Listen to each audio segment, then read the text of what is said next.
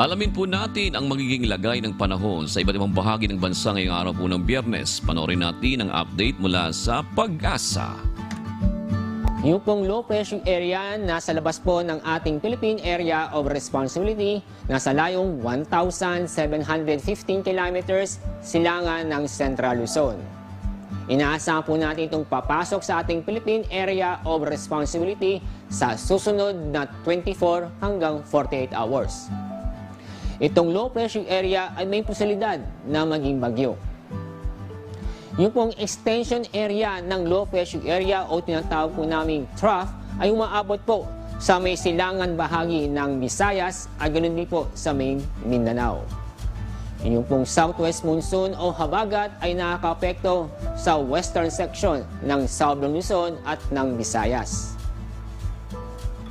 Kaya ngayong araw, makakaranas po tayo ng makulimlim ang kalangitan na may tsansa ng mga kalat-kalat na pag-ulan at thunderstorm sa Palawan at ganoon din po sa buong Visayas at sa Zamboanga Peninsula. Samantala, itong lalabing bahagi ng Luzon kasama ang Metro Manila at ganoon din po sa lalabing bahagi ng Mindanao ay makakaranas po ng fair weather kung saan makakaranas po tayo ng bahagyang maulap hanggang sa maulap ang kalangitan. Pero asahan ang mga isolated na mga pag-ulan o mga biglaang buhos ng ulan. Katulad po kahapon, nakaranas tayo ng matinding pag-ulan dito sa Metro Manila. At sa mga nagpaplanong pumalaot, banayan hanggang sa katamtaman ang pag-alon nating magkaragatan sa buong kapuluan.